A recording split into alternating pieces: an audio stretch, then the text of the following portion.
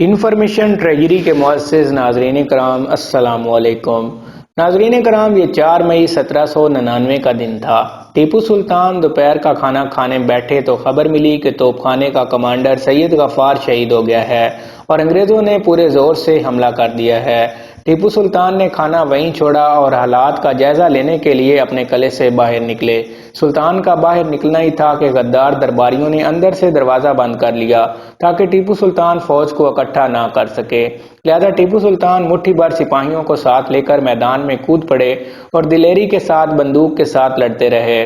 مٹھی بھر سپاہی ہونے کی وجہ سے آہستہ آہستہ سب شہید ہونے لگے اور ٹیپو سلطان بھی گولیاں لگنے سے کافی زخمی ہو گئے۔ کسی کو خبر بھی نہ تھی کہ جو باہر قلعے کے دروازے پر لڑ رہا ہے وہ خود ٹیپو سلطان ہے۔ ٹیپو سلطان کی یہ حالت دیکھ کر ایک جوان بولا کہ آپ انگریزوں کو بتا دیجئے کہ آپ ٹیپو سلطان ہیں تو وہ انگریز آپ کے ساتھ ادب سے پیش آئیں گے۔ اس کے جواب میں ٹیپو سلطان نے یہ سن کر تاریخی الفاظ کہے جو کہ تاریخ میں درج ہو گئے۔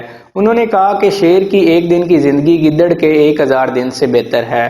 آخر کار یہ شیر دل لوگ لڑتے ہوئے ایک ایک کر کے شہید ہونے لگے۔ ٹیپو سلطان زمین پر گرے تھے مگر کچھ سانسیں ابھی بھی چل رہی تھیں۔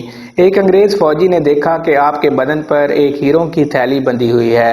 وہ لالچ کی آگ میں آگے بڑھا تو ٹیپو سلطان نے ایک زوردار وار کیا جس سے فوجی کی ایک ٹانگ کٹ گئی۔ اس فوجی نے جوابی وار کیا اور سلطان کے سر پر گولی لگی جس سے ٹیپو سلطان کی شہادت ہو گئی۔ انا للہ و انا الیہ راجعون۔ دوستو، یہ تھے ہمارے عظیم ہیرو جو کہ زندہ تو رہے مگر ہمارے لیے عظیم مثالیں چھوڑ گئے اور تاریخ کے اوراق میں محفوظ ہو گئے۔